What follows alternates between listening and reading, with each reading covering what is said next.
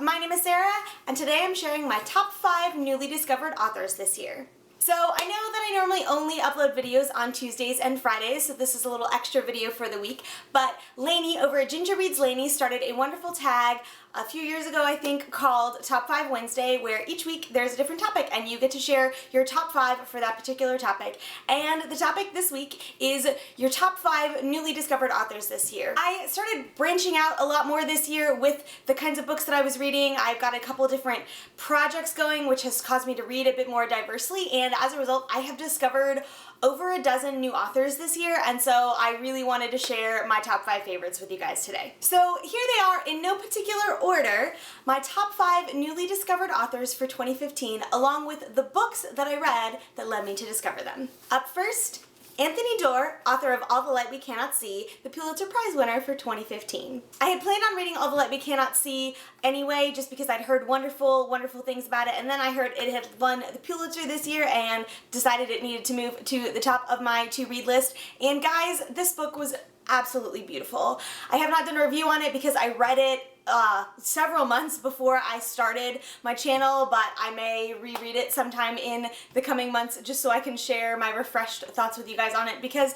it is just a beautiful, wonderful story. Anthony Doerr is one of the few authors that I've discovered who, at least in this particular book, writes in the nonlinear fashion where he goes back and forth between present day and different points in time and does it well. I loved this book. Anthony Doerr's writing style was just absolutely beautiful and fluid and lovely, and I will certainly be picking up some of his other works in the future. He has written one other novel, a memoir, and a couple of short story collections, so I will most definitely be checking those out in the coming months. Up next, Marilynne Robinson, author of Gilead, also the winner of the Pulitzer Prize. I discovered Marilynne Robinson much in the same way that I discovered Anthony Doerr, which is I am on a mission to read all of the Pulitzer Prize winning novels in my lifetime. That's a project I will talk about more in the next few weeks, and I just decided to go through and pick a few. I read 4 of them this year, and Gilead was one of them.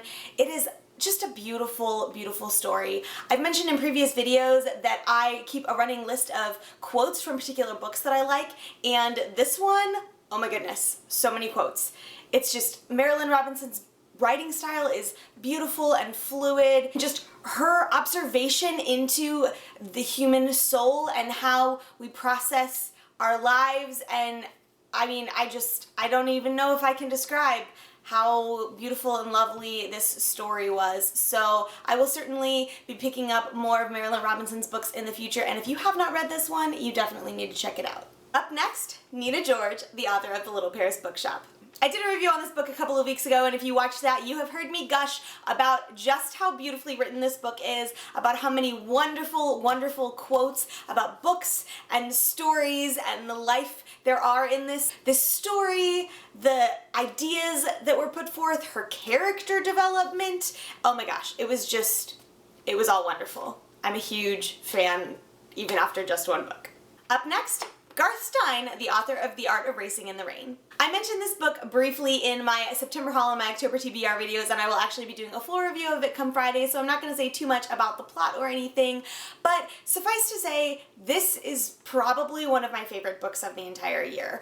When I finished it, all I could manage to say was wow, because this story, the writing, the character development, the metaphors for life that are just packed into this not super long book. It's just incredible. I am a huge fan of Garth Stein after just this one book.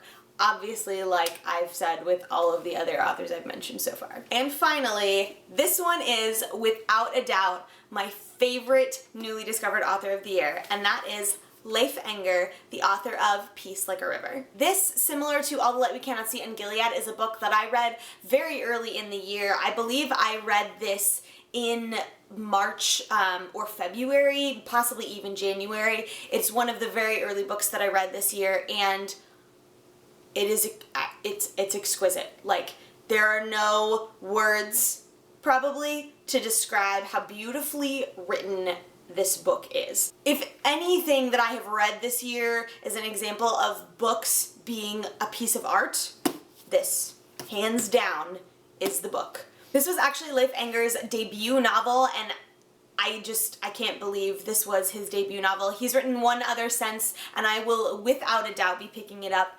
sometime probably in 2016. So there you have it. Those are my top 5 newly discovered authors of this year. I hope you enjoyed hearing my thoughts and a little bit about the stories that introduced me to them. If you've read any of those books, or particularly if you've read any of the other books by any of these authors, I would love to hear your thoughts. And if you have a particular one that you think I should pick up next from any of these authors, please let me know in the comments. Thank you so much for watching. Once again, I hope you enjoyed this video, and I will see you on Friday. Bye! And who is a Nazi and Werner, a German orphan who is a Nazi Schultz.